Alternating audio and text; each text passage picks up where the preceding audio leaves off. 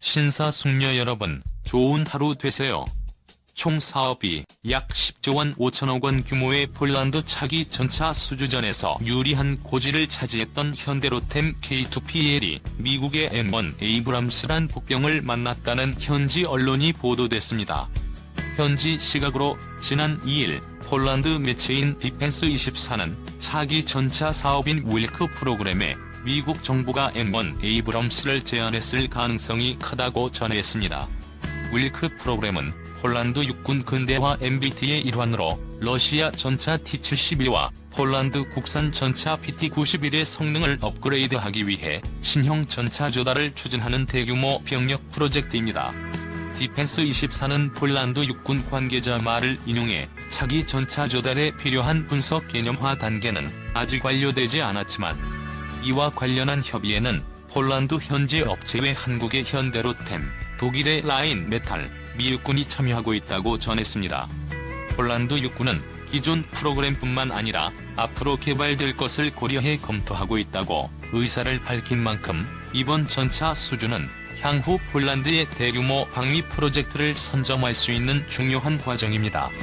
그런데 매체는 미 육군이 전차 사업 수주전에 참여했다는 것은 실무적으로도 M1 에이브람스가 협상 과정에서 고려됐다는 것을 의미한다면서 에이브람스는 미국 정부에 의해 대외 군사 판매를 통해 제공될 수 있다고 소식을 전했습니다.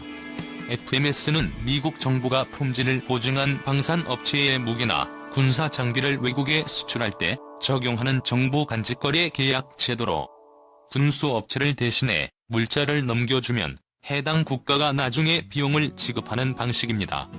반면 한국의 현대로템은 K2 전차를 폴란드 맞춤형 모델로 개조한 K2PL을 앞세워 폴란드 전차 사업 수주에 도전하고 있습니다. 총 800여 대 규모로 사업비만 10조 5천억 원에 이를 것으로 전망되는 만큼 현대로템은 국내에 2014년부터 실전 배치한 3.5세대 전차 K2 흑표를 개조해 폴란드 맞춤형 모델 K2PL을 개발했습니다. K2PL은 폴란드 정부 요청에 따라 설계된 맞춤형 모델로 폴란드 차세대 전차 사업 입찰을 준비하고 있던 상황인데 독일과 미국의 전차가 거론되고 있는 만큼 만약 폴란드 사업 수주에 성공한다면 K2 전차의 첫 완제품 수출 성공 사례가 될 예정이었습니다. K2 흑표는 국방부와 현대로템이 2003년부터 개발해 2014년부터 양산 중인 모델입니다. 공개된 성능을 보면 미국 M1 에이브럼스를 비롯한 주요국 주력 전차와 비슷하거나 상회하는 수준을 자랑하며 국군과 현대로템은 세계 최정상급 전차라고 소개하고 있습니다. 무장으로 주포는 120mm 활강포를 채택해 기존과 동일하지만 포탑 상부 기관총의 원격 사격 통제 체계를 적용해 전투원의 생존력을 향상시키고 보다 정밀한 사격이 가능해졌습니다. 여기에 전차로 날아오는 투사체를 요격하는 능동 파괴 체계와 전차의 전후좌우 시야 확보가 가능한 360도 카메라 등 폴란드의 요구사항에 맞춰 다양한 사양을 갖출 예정입니다. 그리고 차량 하부에 탈부착이 가능한 지뢰 방어 키트, 대전차 로켓 방어용 방호 네트 등 장비가 탑재됐습니다. K2PL 바퀴축 역시 K2 흑표의 6축에서 7축으로 늘어났고 현지 요구에 따라 국내 K2 전차에 추가되는 장비들 중량을 고려해 구조를 재설계했습니다. 지금까지 방산업계는 현대로템이 또 한 번 K방산 기록을 세울 수 있을지 주목하고 있습니다. 작년에는 호주 국방부가 한화 디펜스 K9 자주 곡사포를 호주 육군 현대화 프로젝트 가운데 하나인 랜드 8116 자주포 획득 사업 우선 공급자로 선정했던 만큼 한국을 향한 기대가 쏟아지는 상황입니다. 특히 현대로템은 모기업인 현대자동차그룹의 폴란드 직접 투자를 패키지로 한 K2PL의 현지 생산안을 제안했고 현지 매체들로부터 폴란드 산업에 안정적인 고용이나 새로운 기회를 가져올 것이라는 긍정적 평가를 얻고 있던 상황이었습니다. 하지만 이날 폴란드 매체 보도를 종합하면 미 정부가 폴란드군 현대화 전차 교체 작업에 자국의 에이브람스를 판매할 계획을 고려하고 있다는 것을 예상할 수 있습니다. 최종 결정키는 폴란드 정부가 쥐고 있지만 향후를 미국과 군사 경제 협력 강화를 염두에 둔다면 현지 공장 건설 및 다양한 옵션을 제시하고 있는 현대로템의 제안을 폴란드 정부는 받아들이지 않을 수도 있다는 우울한 전망이 제기되는 상황입니다. 팬데믹 사태에 따른 글로벌 경기 침체와 원자재 가격 상승으로 한국을 비롯한 국가 경제의 중심축인 제조업에서 수출 성적 악화를 면치 못하는 모습을 보여왔습니다. 이러한 가운데 방위 산업을 팬데믹 시대의 성장 동력으로 활용해야 하며 특히 향후 큰 시장으로 발전할 중후발국 시장을 사로잡아야 한다는 의견이 제시되어 의견이 지배적입니다.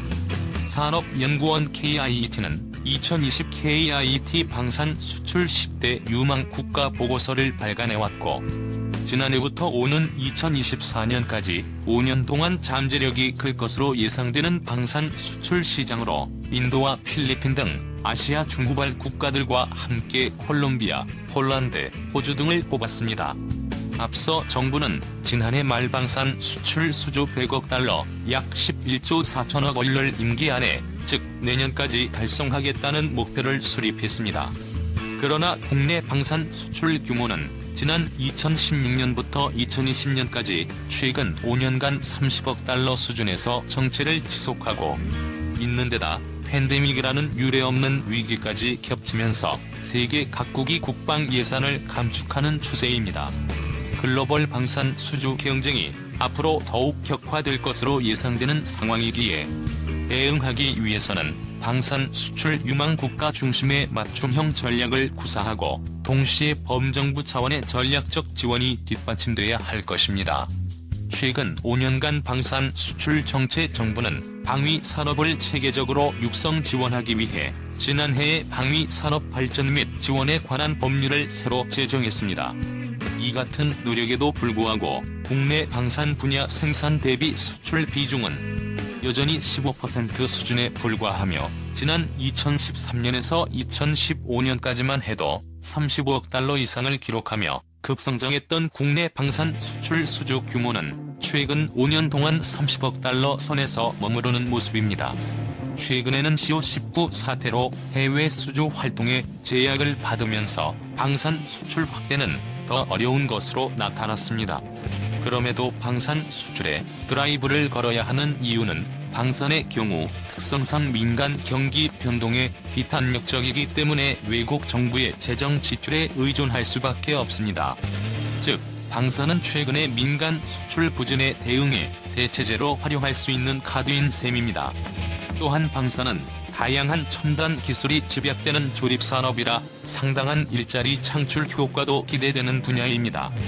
팬데믹 여파로 대부분의 국가에서 국방 예산 감소가 가시화되고 있으며 특히 우리나라의 주요 방산 수출 시장인 중후발국들이 내수 활성화 및 복지 중심의 예산 비중을 높일 것으로 예측되고 있어 이에 따라 무기 획득 예산 감소가 초래되면서 앞으로 방산 수출 경쟁은 더 심화될 것으로 보입니다. 한국의 주요 글로벌 방산 기업들은 자국의 국방 예산 감축에 대응하고 매출을 유지 확대하기 위해 우리나라의 주력 시장인 중후발국을 집중적으로 공략하고 대응책을 마련해 나가고 있습니다. 가격 성능 경쟁력의 정부 지원까지 종합적으로 갖춘 글로벌 방산 기업들과의 경쟁에서 우위를 점하기 위해서는 명확한 목표 시장을 선정 공략하는 선택과 집중 전략이 필요할 것으로 보입니다.